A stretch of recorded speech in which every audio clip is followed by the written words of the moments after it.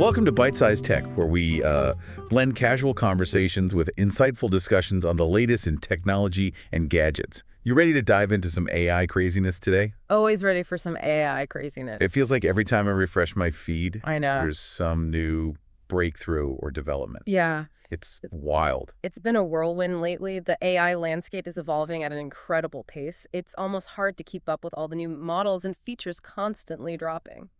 Okay, so let's unpack some of this. We've got news from OpenAI, Google, even Elon Musk is making some big moves. Yeah. What's caught your attention the most in the past few days? Well, OpenAI is definitely keeping things interesting with their 12 Days of Shipmas event. It seems Yeah. like every day they're unveiling something new. Right. But what's really got people talking is the potential leak of Sora 2, their text-to-video model. Right. And from the leaked demos, Sora 2 looks pretty amazing. Longer clips, better physics and lighting, even the possibility of 1-minute outputs. I saw some Redditors joking that the leaks are happening faster than the actual releases. Haha, yeah, the anticipation is palpable. But those longer, higher quality video outputs from Sora 2 could be a game changer. Think about it, you could create entire marketing campaigns or educational videos in minutes. And there's even talk about imaged video capabilities, which would open up a whole new world of creative possibilities. That's mind-blowing. It's incredible to think how far text-to-video technology has come in such a short time. But it's not just Sora 2 that OpenAI's been busy with. They just dropped a 200-month Pro tier for their language model, O1. Have you had a chance to play around with it at all? I have, and it's seriously impressive. Yeah. The demos I've seen are incredible. People are using O1 Pro to code entire games, complete with bots playing them, in just a few minutes. Others are using it to recreate user interfaces from simple screenshots, solve complex puzzles, and even generate realistic game environments. I saw that Coinbase UI demo. It was spot on. It's like O1 Pro can understand and translate visual information into functional code, which is just wild. Do you think this Pro tier is a smart move for OpenAI? It's an interesting strategy. On one hand, it allows them to monetize their powerful language model and cater to professionals who need those advanced capabilities. But there are concerns about what this means for the regular O1 model. Will it become less powerful as resources are shifted towards the Pro version? Right. There's definitely some chatter online about the free version potentially getting dumbed down. Yeah. We'll have to wait and see how OpenAI balances accessibility with its business goals. But speaking of competition, Google isn't sitting still either. They just launched Veo, their own generative AI video model, but with a different focus, right? Exactly. It seems Google is taking a more cautious and targeted approach with Veo. They're emphasizing its business applications, allowing users to create high-quality 1080p videos from text or images, all accessible through Google Cloud. And they're putting a lot of emphasis on safeguards. Right. I read that Veo incorporates digital watermarking to address concerns about copyright and misinformation. That's a key distinction between Google's approach and OpenAI's. It seems Google is prioritizing responsible development alongside innovation, particularly when it comes to AI-generated video content. It'll be interesting to see how these differing philosophies play out as both companies continue to push the boundaries of what's possible. It's like a philosophical battle playing out in the tech world: speed versus caution, open access versus controlled development. And the stakes are incredibly high. But before we get too deep into the philosophical implications, let's talk about another exciting development from Google.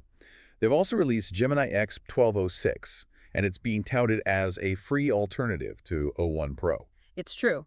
Gemini X 1206 is showing some serious potential.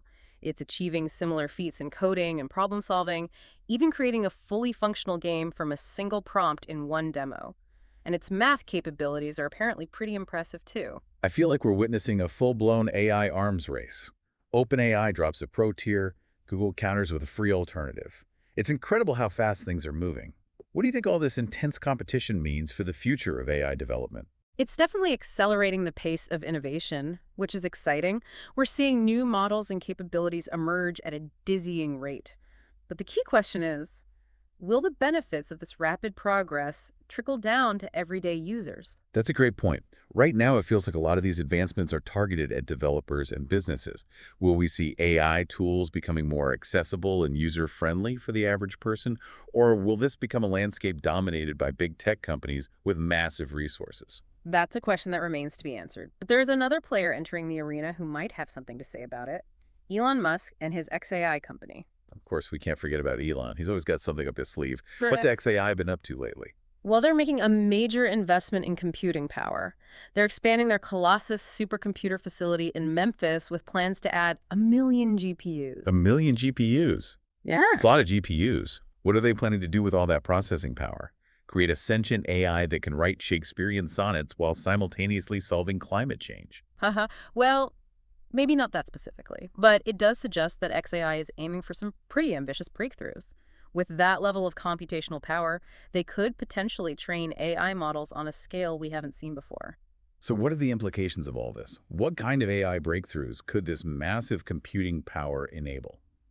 And is Memphis about to become the unexpected AI capital of the world? It's hard to say for sure what XAI's ultimate goals are, but this expansion definitely puts them on the map as a major player in the AI landscape. We could see breakthroughs in natural language processing, computer vision, robotics. It's all on the table.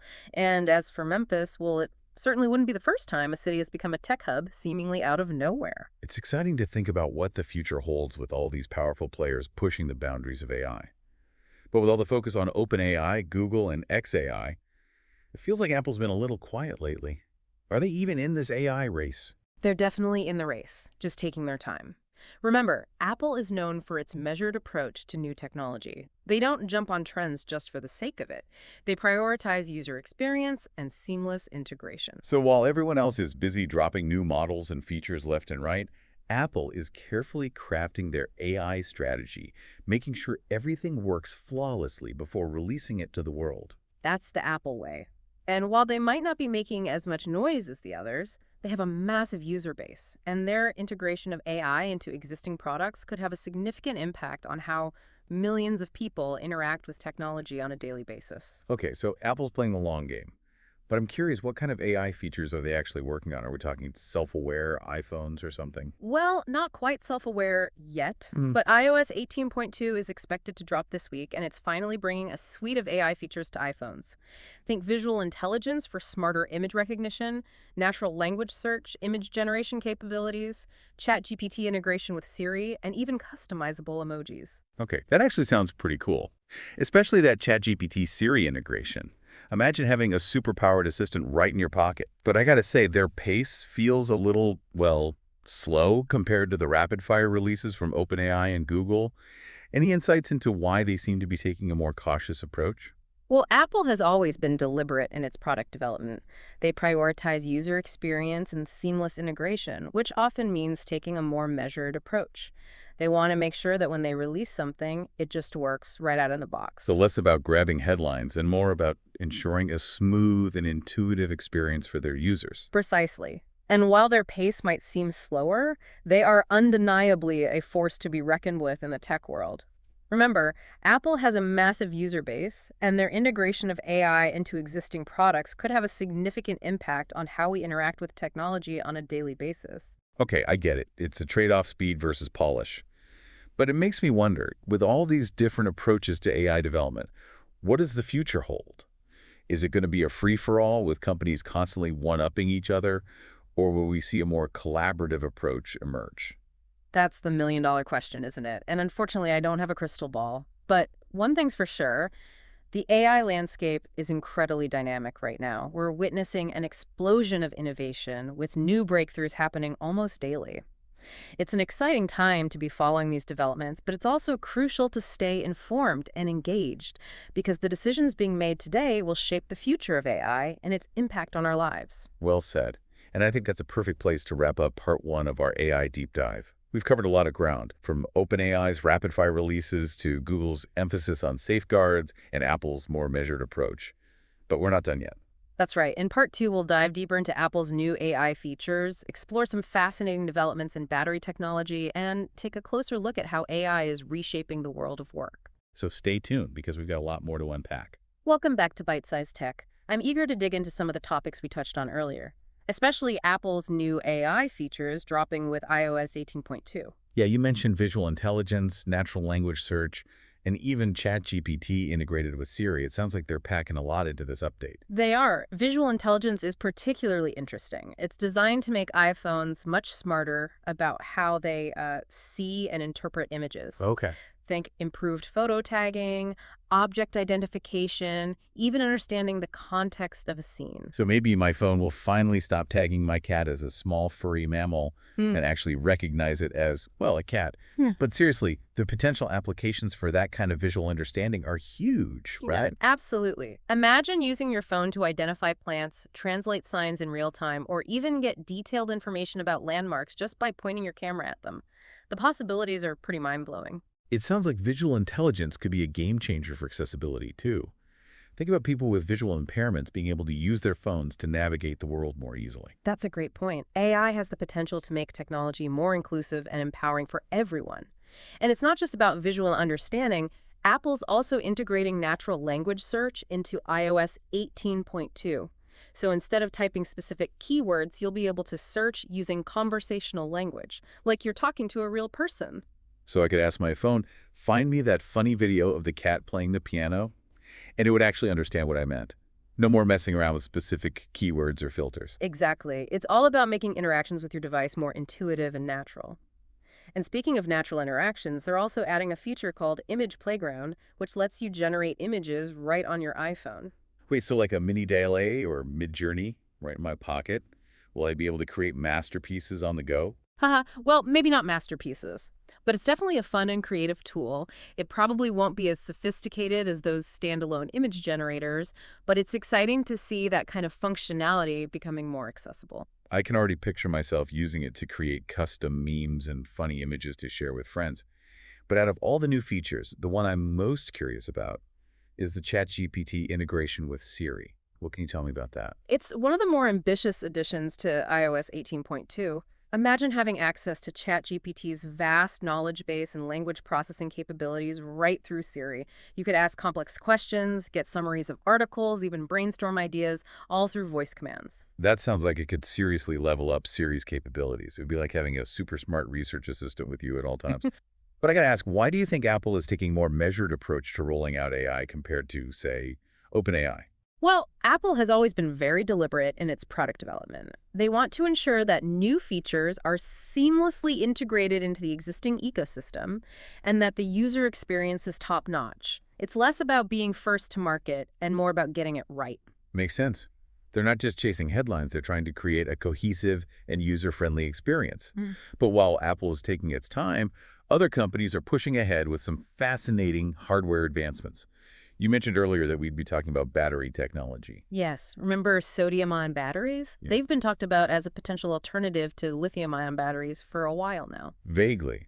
Something about being cheaper and safer. Right. Like less prone to, spontaneously combusting. Exactly. And CATL, the world's largest battery manufacturer, just announced their second-generation sodium-ion battery with significantly improved energy density. So are these batteries finally ready to take over the world? Or at least power it? Well, they're getting closer. CATL is planning to start mass production in 2027. While their energy density is still lower than lithium-ion batteries, they offer advantages in terms of cost, safety, and performance in extreme temperatures. That's interesting, especially the safety aspect. Lithium-ion batteries have had some, let's say, explosive moments in the past. So could these sodium-ion batteries eventually replace lithium-ion batteries altogether? It's possible, especially in applications where cost and safety are paramount. Think electric vehicles, grid-scale energy storage, even personal electronics. Imagine a world with cheaper, safer electric cars or smartphones that never overheat. Okay, now I'm intrigued. But even with those advantages, it sounds like lithium-ion batteries still hold the edge in terms of energy density. Are researchers working on ways to close that gap? Absolutely. Battery technology is a constantly evolving field. There are ongoing efforts to improve the energy density of sodium-ion batteries, and new materials and designs are being explored all the time. It's fascinating to see how quickly things are changing in the battery world. I remember when the idea of an electric car seems like science fiction, and now they're becoming more and more mainstream. Who knows what the future holds? Flying cars powered by algae biofuel. Haha, who knows? But speaking of pushing boundaries, Intel is making some interesting moves in the semiconductor world. They've announced breakthroughs in 2D transistor technology, which could lead to even smaller and more powerful chips. Hold on, 2D transistors. Are we talking about chips that are literally flat, like thinner than a sheet of paper? Pretty much. These transistors use materials that are just a few atoms thick, allowing for incredible density and reduced power consumption. Wow, that's next-level miniaturization. What does this mean for the future of computing? Are we talking pocket-sized supercomputers or something? It's definitely a step in that direction. These advancements could lead to significant improvements in everything from smartphones and laptops to data centers and even wearable technology. Imagine devices that are smaller, lighter, and more powerful than ever before. Okay, now I'm picturing a smartwatch that can run Crisis at max settings. But all jokes aside, this 2D transistor technology sounds like a major leap forward. It makes me wonder what other crazy hardware advancements are lurking just around the corner. Are we going to see quantum computers in our homes anytime soon? Quantum computing is definitely a hot topic, but it's still in its early stages. It has the potential to revolutionize many fields, but it faces significant technical challenges. As for when we'll see quantum computers in our homes, well, let's just say it's not happening tomorrow. Fair enough. It's always fun to speculate about the future, though.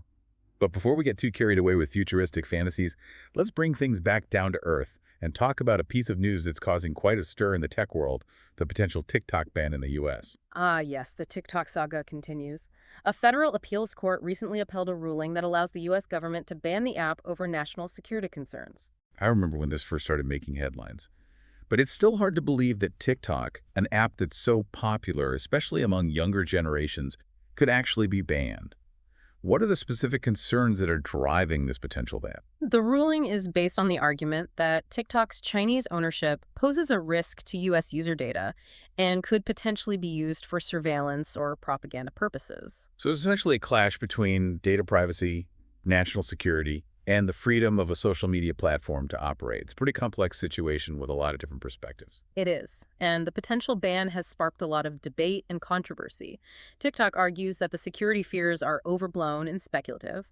They've also emphasized the app's role in free speech and creative expression, highlighting its positive impact on countless individuals and communities. It's interesting to see how this situation is unfolding. It really highlights the growing tension between governments and tech companies, especially when it comes to the data privacy and national security. But with TikTok potentially facing a ban, what does this mean for the future of social media?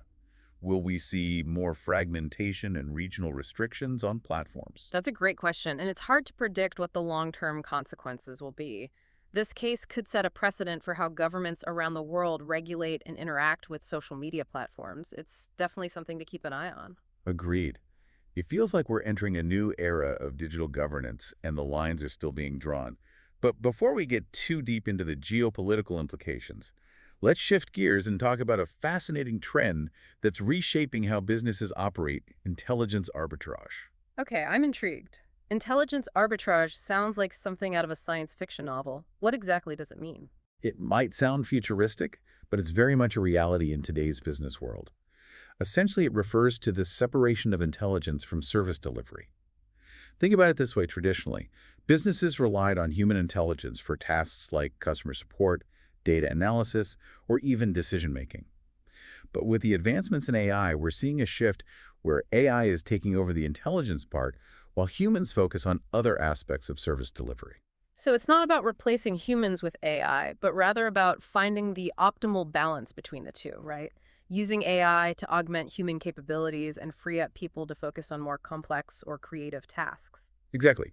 It's about leveraging AI strengths in areas like data processing, pattern recognition, and automation, while still valuing human skills in areas like empathy, creativity, and critical thinking. I see. So how is this intelligence arbitrage playing out in different industries? Can you give me some concrete examples? Sure. Think about customer support. Traditionally, you'd have a call center full of people answering questions and resolving issues. But now, many companies are using AI-powered chatbots or virtual assistants to handle the initial interactions while reserving human agents for more complex or nuanced cases. So the AI is handling the routine inquiries, while the human agents can focus on the more challenging or emotionally sensitive situations. Exactly. It allows businesses to scale their operations more efficiently and cost-effectively. And we're seeing similar applications in other fields. In healthcare, AI is being used to analyze medical images, assist with diagnoses, and even personalize treatment plans. This frees up doctors and nurses to spend more time with patients and focus on the human aspects of care. Wow, that's incredible. It sounds like AI is not just automating tasks, but also enhancing human capabilities and improving outcomes in various fields. I'm starting to understand why this intelligence arbitrage trend is getting so much attention. It's definitely a paradigm shift in the way we think about work and the role of technology.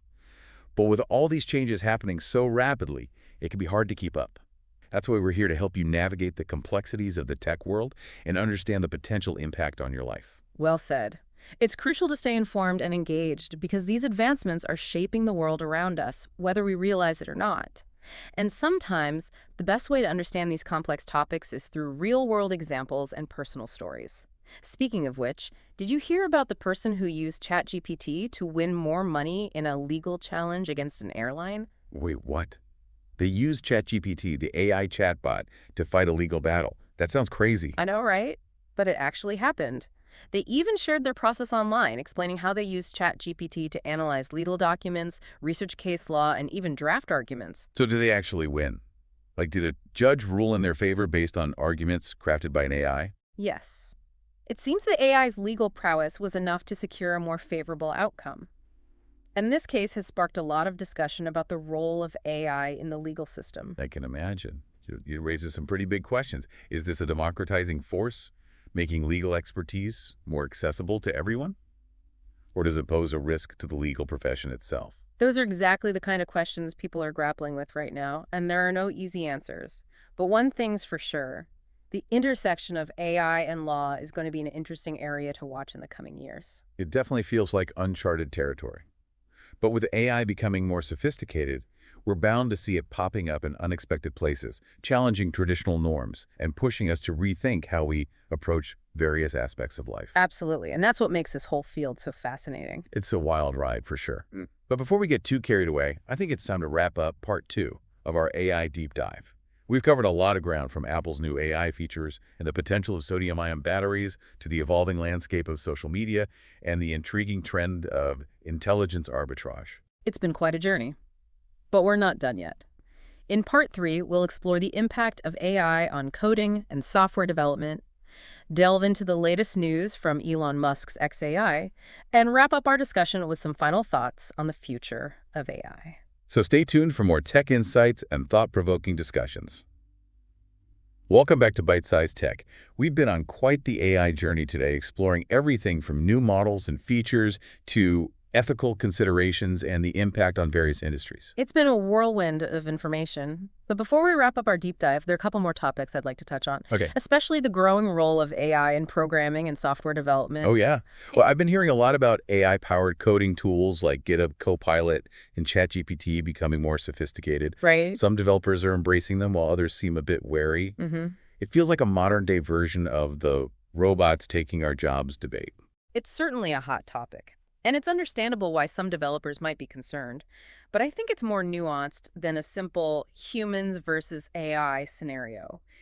These AI coding tools can automate certain tasks and boost efficiency, but they're not replacing human programmers altogether. So it's more about AI augmenting the skills of developers rather than making them obsolete. Exactly. Think of it as having a super-powered coding partner.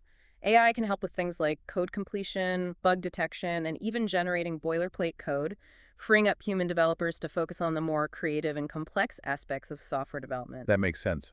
It's like having an AI assistant that can handle the tedious grunt work, allowing developers to focus on the big picture and the more strategic elements of their projects. But there must be some concerns about relying on AI for coding, right? What about the quality of the code generated by AI? Can we really trust it to be reliable and secure? That's a crucial question, and it's something that's being actively researched and debated. AI-generated code can sometimes be buggy or inefficient, or even introduce security vulnerabilities. It's essential for developers to thoroughly review and test any code generated by AI tools before deploying it. So it's like any other tool you need to use it wisely and responsibly, understanding its limitations and potential pitfalls. Exactly. And as AI coding tools continue to evolve, it'll be interesting to see how the role of human developers changes and adapts. Will we see a new generation of developers who are more focused on collaboration with AI, leveraging its strengths while bringing their own unique human skills to the table? That's an intriguing thought. It makes me wonder if future coding jobs will require a blend of traditional programming skills and an understanding of how to effectively collaborate with AI. But speaking of AI pushing boundaries, we can't forget about Elon Musk's XAI. Right. You mentioned earlier that they're expanding their supercomputer facility in Memphis. What's the latest on that? They're moving full steam ahead. They're adding 1 million GPUs to their Colossus supercomputer, aiming to significantly boost their AI capabilities. 1 million GPUs. That's just mind-boggling. It makes you wonder what they're planning to do with all that processing power. Train an AI that can write the next great American novel, compose a symphony that rivals Beethoven. Haha, who knows what Elon has up his sleeve. But seriously, that level of computational power suggests that XAI is aiming for some pretty ambitious breakthroughs. They could potentially train AI models on a scale we haven't seen before, leading to advancements in areas like natural language processing, computer vision, robotics. The possibilities are vast. It feels like we're on the cusp of a new era of AI, with companies like XAI pushing the boundaries of what's possible. But with all this rapid progress, it's important to remember that AI is a tool.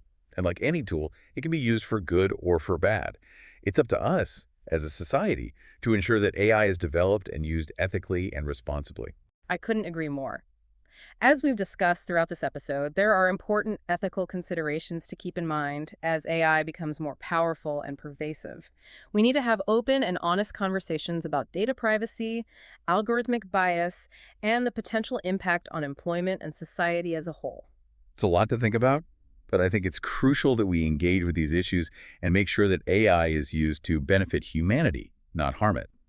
And that's a perfect note to wrap up our deep dive into the world of AI.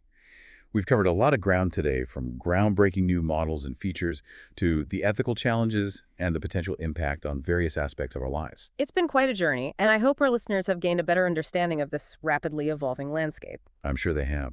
But remember, the world of tech is constantly changing, so it's important to stay curious, keep learning, and never stop exploring. Thanks for tuning in to Byte-Sized Tech. If you enjoyed the show, like, comment, share, and subscribe for more fun tech discussions.